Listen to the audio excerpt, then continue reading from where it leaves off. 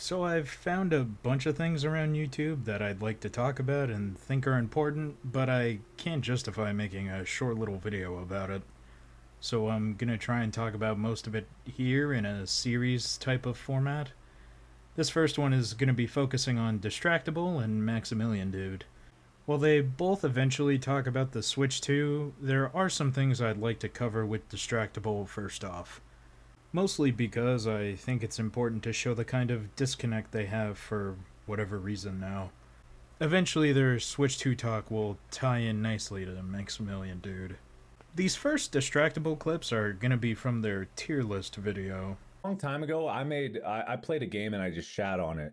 Like this is when I was like in my second year of doing YouTube because it was bad. And then I realized because it really hurt the developers' feelings. Like it really did. And I realized how much my words impacted it. And I realized that that was their first attempt at making a game. And if you're going to shit on someone for their first attempt at making a game, and I don't know if Garden of Banban was their first attempt, then it's like you gotta like hold back a little bit. So I guess I'm really just gonna have a hard time trusting Mark's opinions on games if he's been curbing them for so long.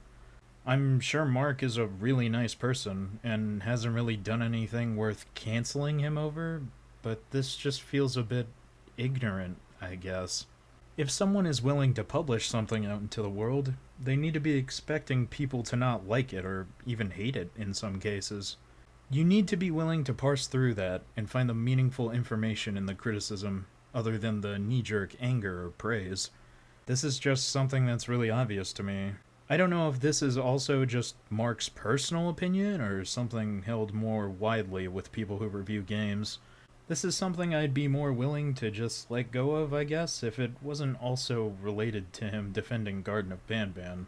But also people were like, how can he like Garden of Banban and not like Hello Neighbor? And I'm like, because Garden of Banban was a completable experience. It had a beginning and an end. And sometimes that's my basic requirement for a game. Was there a middle? Yes, actually, there was a middle and it worked. Okay. And also, it was improving with each iteration. By the time the third chapter rolled out, it was improving because it was made by just a couple of dudes and they were getting better at it. And I'm like, since when? And I know people are all up in arms about it, but it was like, it's just a cash grab. And I'm like, who cares? If people want to buy the merch, then that's fine. What is wrong with that? I don't get what's wrong with that. Like, we sell merch at store.distractablepodcast.com. We do. Yeah, for it, like, I don't get why people were so animalistically opposed to it, which made me get entrenched in the idea of like, well, fuck all you guys. I'm gonna support this made by an indie developer, an actual indie developer, you know, where it's just a couple of people. I was like, why are people kicking down this thing? Some of the other distractible clips I want to talk about will reinforce this idea,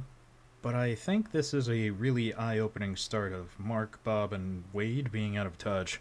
A cash grab might not matter if you can upload a playthrough of it and make all the money you spent back on the game and then some, but it matters if you blew a chunk of your gaming budget that month on a game that doesn't really have a coherent story, good voice acting, and is allegedly padding out gameplay just so people play over 2 hours of it and can't return it on Steam.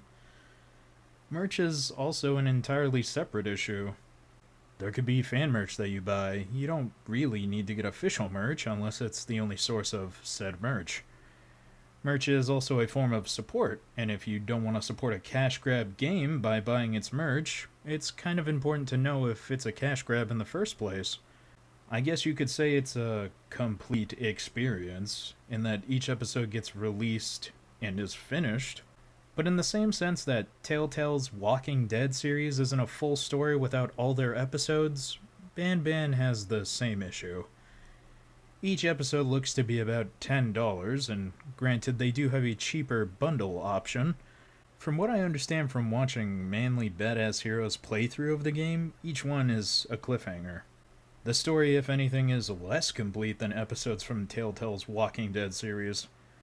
Those aren't really introducing new mechanics, enemies, and warping story points every episode, and not wrapping it up by the end of the episode. I don't think the rebellious attitude against the masses idea helps here either. If anything, you could write off this opinion as exclusively a just because type of thing. Tons of people have problems with what's going on with Ban Ban, but you want to defend it just because. Truthfully, I'm not sure if that's the case, but it's at least playing a part here. And also the actual indie developers thing. I don't really get the point here. If I start a game studio with a friend, are we not indie anymore because we have a company? Because we aren't just some guys making games? Or is it because we want to look official and reputable that we aren't indie anymore? Without an example, it's hard to understand what this means because I've never seen a fake indie dev. I also don't understand why you wouldn't drop one of these fake indies' names. You want to protect the other game dev, the one whose feelings you hurt, but why protect someone doing you don't like and being a fake indie dev? I guess I also want to call bullshit on this protecting the game dev thing. I don't think he really learned anything from that, since the next distractible thing I want to talk about is an episode called Mark Hates the Moon. Throughout the episode, Mark is calling out a specific Redditor by their username, and even reading titles of their posts if you really couldn't find them. The entire episode, he basically lambasts the poster for making him hate the moon. The person is posting a new picture of the moon and whatever else he happens to take a picture of in space from wherever. The comments on the episode say that he's got a Patreon and he's a mod on the Distractable subreddit, but that means you got super lucky that this guy didn't give up on everything. Or at the very least have hurt feelings like the game dev from ages ago. It's a small thing, sure. He's allowed to talk about whatever he wishes. And I'm sure he told people not to go destroy this person over it, but if anything, it's worse than the game dev having hurt feelings. The game dev should expect criticism and needing to improve their craft to get people interested in their games and topics they want to cover. This is just a person on Reddit, probably posting in a related subreddit, r/moons or something. I don't know if that person should expect the full force of someone hating him over what he's doing without any criticism. In the case that this really is his job, posting pictures of the moon to Patreon and this is a form of advertising, then formulate a criticism for that, I guess? Because most of the hate in the episode the poster gets is just from posting itself. Nothing else, really. The next distractible clips, I think, continue to show how out of touch they really are with some of this stuff, and also how contradictory they can get sometimes if you want to look for it. They talk about the Switch 2 in this episode. Wade screws up at 47 minutes. Did you see that the Switch 2 pre-orders got delayed because of the tariffs? Did you see that the Switch 2 pre-orders got largely turned off because of the Nintendo decisions? $80 for a digital game, $90 for a physical copy of a new video game for the Switch 2. And the console itself is fairly expensive, which I don't know why that's surprising, but people were like, the Switch was cheap. Why isn't this cheap? I did see, though, that the physical $90, there was actually not any tangible evidence of that directly saying that that was what it was going to be. So, oh, was that sort of an extrapolation? I think so, yeah. But it could be, I just saw that it wasn't actually confirmed. Yeah, obviously I only saw this because like on Reddit, people are yelling about it, but I feel like game prices have been pretty consistent for a while. They were due to go up at some point. That's what I say, but I get it. I've made this argument before about inflation and whatnot, but I guess the big thing for me is dismissing the pricing as speculation because you only saw people on Reddit getting mad about it. You didn't see any one of them posting links. You didn't see any articles about it. Even Angry Joe on his initial Switch 2 stream found an article discussing the pricing. I guess with hindsight, we know 100% that it's true. Look up anyone talking about the game prices for Switch 2 and they'll have articles and statements for you to look at. We're gonna talk about it more later with Maximilian Dude's videos, but pricing being stable for so long doesn't mean they're due to go up. All that does is undercut how many sales you'll have, and sour people on your brand. I understand that they all have lives, and they can't know every little thing going on, but it's shocking to me that they know basically nothing about this, or at the very least they didn't bother to look into it at all because prices were bound to increase eventually. There's also a bit more to talk about in this episode. Wade talks about Pokemon and always being disappointed by Nintendo, and Bob lays into him a bit about Breath of the Wild. I might get it to play like the new Pokemon games, and then I'll be disappointed by those too. I don't know. I've been disappointed by everything I've played Nintendo for like the last 10 years. What? The last thing I enjoyed that I played that was Nintendo was Pokemon Black and White 2. Does that include Breath of the Wild? It definitely includes Tears of the Kingdom, which was not a disappointment. I played Breath of the Wild for like 3 hours, then I put it down and never picked it up again. Look, I don't like Zelda games either, but those are objectively good games. Like, I'm not saying they're bad. I just you said you were personally been- disappointed. Yeah, me. It means you individually, thought yeah. they were bad. Most of my problem here is because of another episode where Bob was defending that people should be able to enjoy whatever they want, and that's really none of your business. It makes me so mad whenever anyone is like, you can't like that. You're a girl, or you're old. Or one, it's none of your fucking business what I do and do not like. And two, why? Why would you do that? Why would you limit anything? If a person enjoys something and it gives them joy in life and it inspires them or whatever, something positive for them, why would you want to limit that? Why would you take that away? That's an It's excellent none of your point, Bob. business. Granted, this is about an opinion that adults shouldn't watch cartoons, but I think the argumentation could be used against him pushing on Wade's opinion of Breath of the Wild. If he didn't like it, let him not like it. If you want to argue it's objectively good, regardless of how someone feels, that's different. It also doesn't really deal with him being disappointed by Nintendo games since Pokemon Black and White 2. Breath of the Wild and Tears of the Kingdom could be objectively good, but if Wade was expecting something else, or like he says, couldn't get into those games for whatever reason, how objectively good they are doesn't really address that. It's similar to someone saying, I haven't had a really good pizza in a while, and you respond by saying, but the place down the street is objectively good, and you don't know why they were disappointed by it. It's two different levels of argumentation, I guess, is the best way to put it. A subjective feeling and objective reality of the game state. They don't really intersect in this case, and Bob has previously argued to let people enjoy whatever they like since it's none of your business. So even if the argument is a good counter in your eyes, his stance on letting people enjoy things needs to be clarified here since it contradicts his statements. This next clip is going to come from that episode mentioned earlier, Mark Hates the Moon. Part of their small talk involves Wade talking about Starfield and contributes to this overall out-of-touch point. On the bright side, I've been really enjoying Starfield. That's great. That's great. Do you think this is small talk time? Do you think this is small talk time? No, it's related. Do you guys have any small talk? I like Starfield, and apparently a lot of people are unhappy, but I'm very happy. I've been enjoying it a lot. Why are they unhappy? They had different expectations. Like I didn't watch trailers. I didn't watch all the hype videos. I didn't get on board the like hype train. I just heard it was a cool space game by Bethesda. I was like, oh, cool. I like Skyrim. I like Fallout.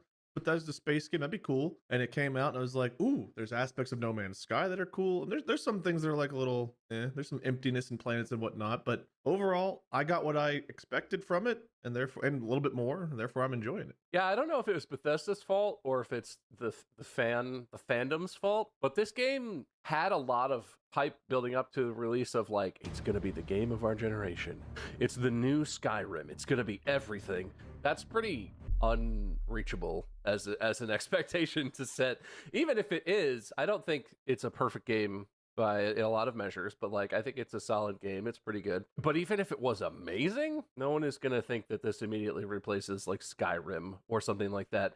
There's a reason there's 38 editions of Skyrim, and every time a new console comes out, there's a new edition of Skyrim for you to buy. It's because everyone buys it because like it's become it's a thing. It's like a standard bearer of, you know, RPGs and modding and all that stuff. But It's the most I've gotten into a game in a few years. I also enjoyed Starfield so far. It seems fun. Doesn't seem outrageously good, but it seems like a Bethesda game. Has some of the Bethesda things. Watching trailers and getting on board with the hype is not something you necessarily have to do, but you should at least go look at those things. Maybe that would explain why people are upset with Starfield to you. Most people end up watching trailers for these big games. That's why they get made.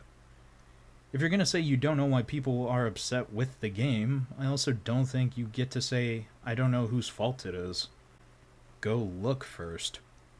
Maybe then you'll at least be able to come to some type of decision on whose fault it is that people are upset with the game. You even say that Starfield isn't outrageously good, so couldn't people be upset with it for that reason?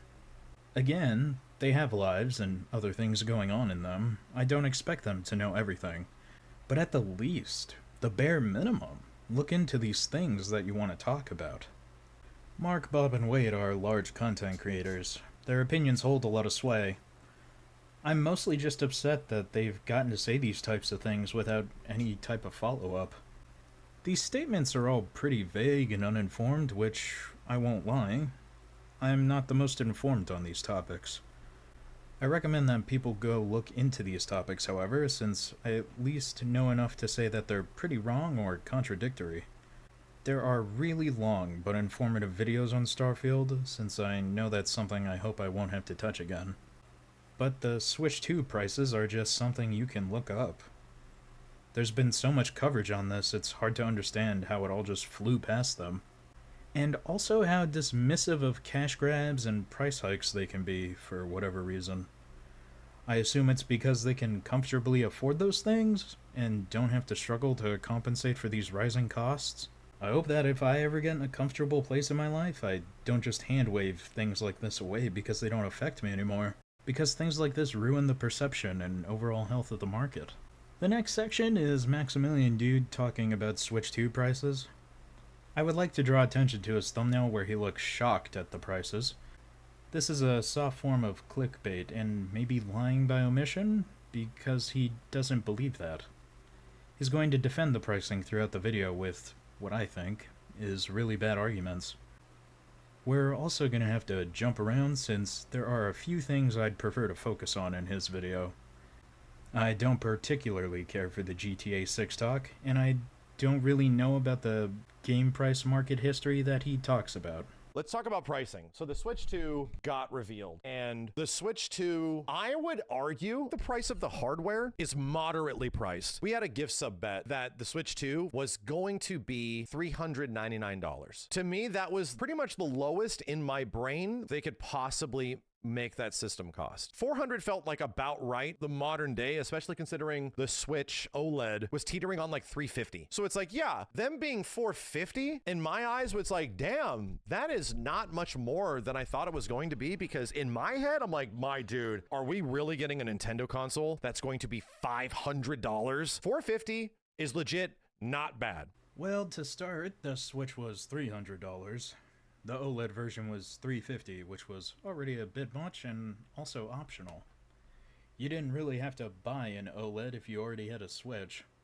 It was an optional upgrade with a higher price tag. At base, the Switch 2 is going to be $450. The OLED then, if we're lucky, is going to be around $500. I guess I also don't understand the acceptance of these high prices. This was something that was happening in my Yu-Gi-Oh video too. Just because prices have been stagnant doesn't mean they need to go up. Raising your prices cuts down your customer base, which reduces profit, which will inevitably hurt the company. You should never expect price hikes, especially because of the fact that Nintendo, one of the largest gaming companies, is going to get away with this. How many smaller companies are going to try this? How many companies are basically sinking themselves trying to squeeze out more profits in this artificial way? Because if your product is good and affordable, you'll sell more of it than if your product was good, but too expensive. We're now at a point where we're wishing the system cost $500. That Nintendo would charge us $500, maybe even $550, because now they are pretty much saying that first-party Nintendo games, and we're going to leave it up to devs, get to choose how much their games cost. Standardized pricing is out the window. Mario Kart is $80 to $90, depending on your region. Donkey Kong is a $70 game, which matches up with some other first-party games on the Switch. So it's like, wait, what? Mario Kart is a super expensive game. They're anticipating people are going to be buying the bundle, almost forcing people to have to get the digital bundle. But it sets a precedent that has been obviously changing over this console generation and has been teased several points from bigger developers. You should definitely not wish that the Switch 2 was $500 to $550. This is just not an equivalent exchange. The games won't suddenly drop in price. And even then, we would just be in a different situation where the games are going to be affordable in the future, but whatever console they're on will be spiked up to $600 or $700 base cost. Why would they lower game prices if the console is more expensive? You said this is being left up to devs, and I'm sure they don't get a cut of the console sales. So why would they lower their prices in that case? If anything, upcharging on the console to lower game prices will just upset people in a different way, since they won't be able to play the games that they want because the console is too expensive.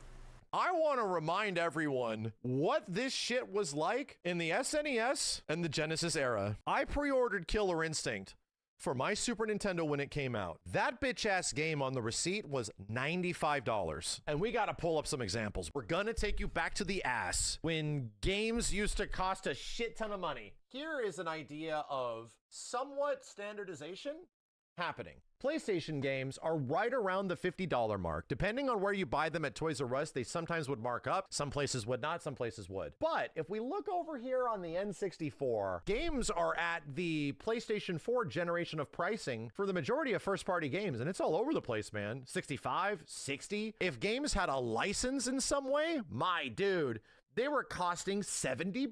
Let's go back a little bit more. Super Nintendo, yeah. Hey, you know what? I'm a Capcom fan. Duh. I'm a guy that likes arcade games. I want to get my arcade experience at home, and I want to experience the arcade.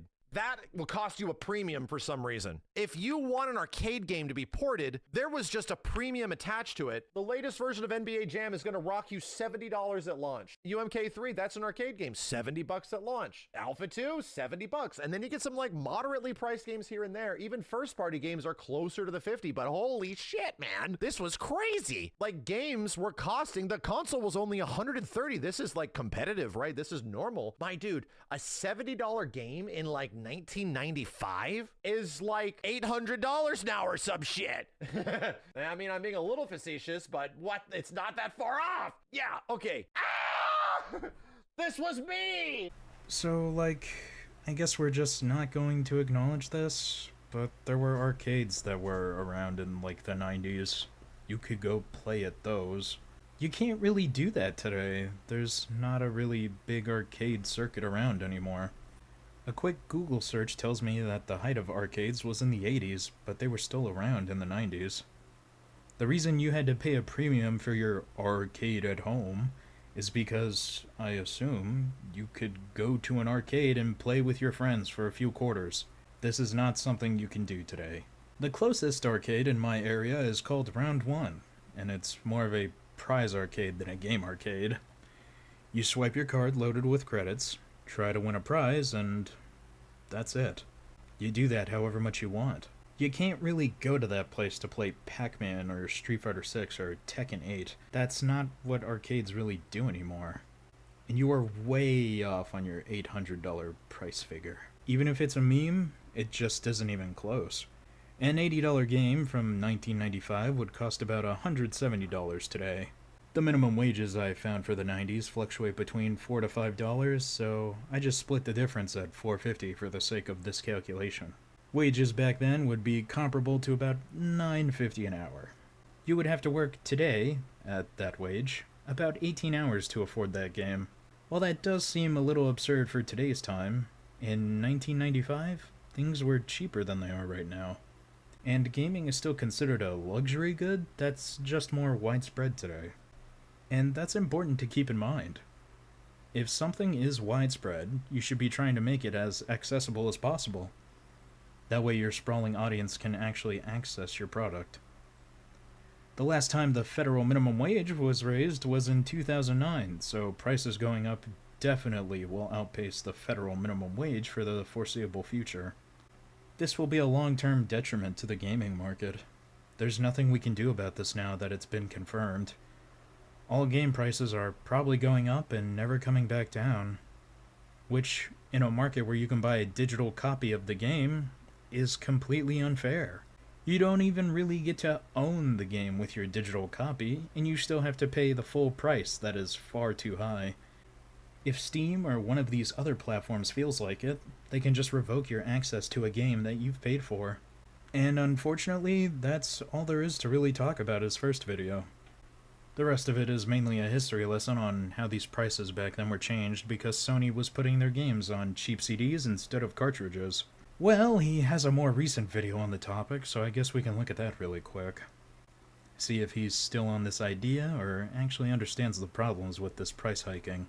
Surely he wouldn't say that we were all expecting the pricing to be this high. There's a lot going on. We are starting to see the actual painful reality kick in. Prices are officially going up, and we clearly already had an inclination of what was happening because of the Nintendo Switch 2. But the Nintendo Switch 2 console was not that expensive. It was about like normally priced of what we were thinking it would be priced, all things considered. However, I spent $90 on a controller.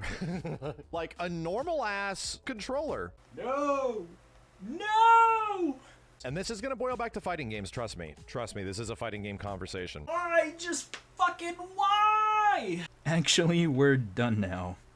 I refuse to talk anymore about the Switch 2 with people like this covering it. People who either don't know anything, are too detached from most to understand the problems, or just like glazing price hiking. Hopefully I can have some kind of consistent upload schedule, but my doubts are pretty high about that. Guess I'll have something when I have something then.